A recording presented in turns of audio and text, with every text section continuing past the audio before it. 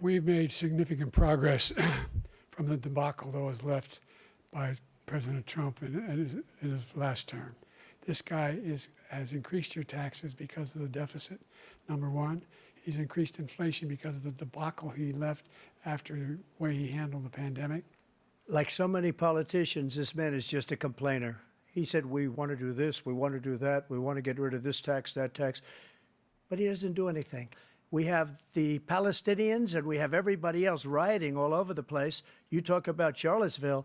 This is 100 times Charlottesville, 1,000 times. The whole country is exploding because of you, because they don't respect you, and they have to respect their president, and they don't respect you throughout the world. Thank you. Hello, Virginia. Did anybody last night watch a thing called The Debate? Man, that was a big one. But as you saw on television last night, we had a big victory against a man that really is looking to destroy our country. He's the worst. He's the most corrupt, the most incompetent president in the history of our country. And we have to take it back from that party. That's an evil party, despite the fact that crooked Joe Biden spent the entire week at Camp David resting, working, studying. He studied very hard. He studied so hard that he didn't know what the hell he was doing. Joe Biden's problem is not his age. It's not his anything, really. He's got no problem other than it's his competence. He's grossly incompetent. You know, they keep saying old. I know people that are much older than him that are doing unbelievable things, making a fortune. I knew a man that at 79, he was never a success, and he made $1 billion and a half from 79 to 92. And that's what it is. It's not his age, it's his competence.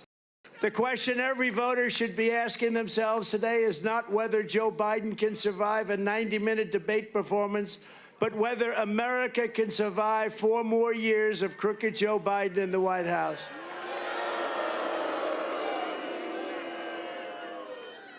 In fact, I don't know if we can really survive 5 more months. This is the most dangerous time in the history of our country, in my opinion. Many people are saying that after last night's performance that Joe Biden is leaving the race.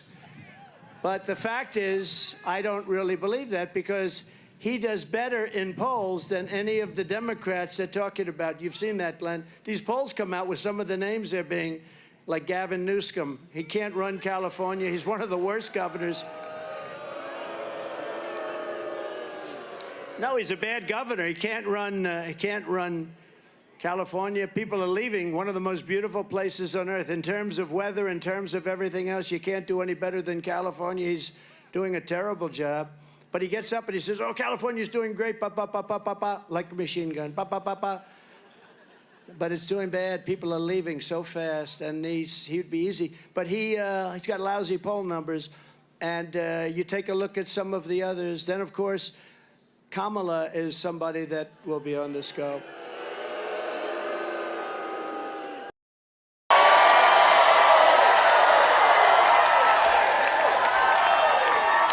Thank you, North Carolina. I'm going to get in trouble with my mom looking down in heaven if I don't say, please excuse my back. I apologize.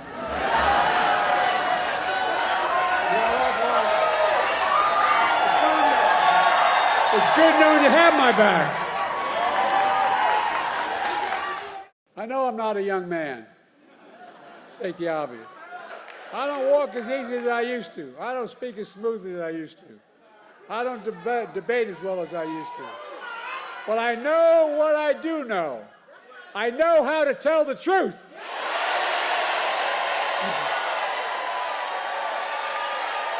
I know right from wrong. And I know how to do this job. I know how to get things done. And I know, like millions of Americans know, when you get knocked down, you get back up. The choice in this election is simple. Donald Trump will destroy our democracy. I will defend it.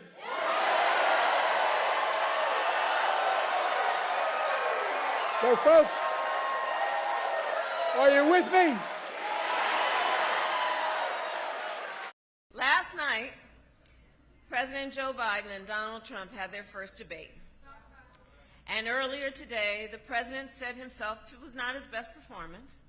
But there are three things that were true yesterday before the debate that are still true today. First, the stakes of this race could not be higher. Second, the contrast in this election could not be more stark.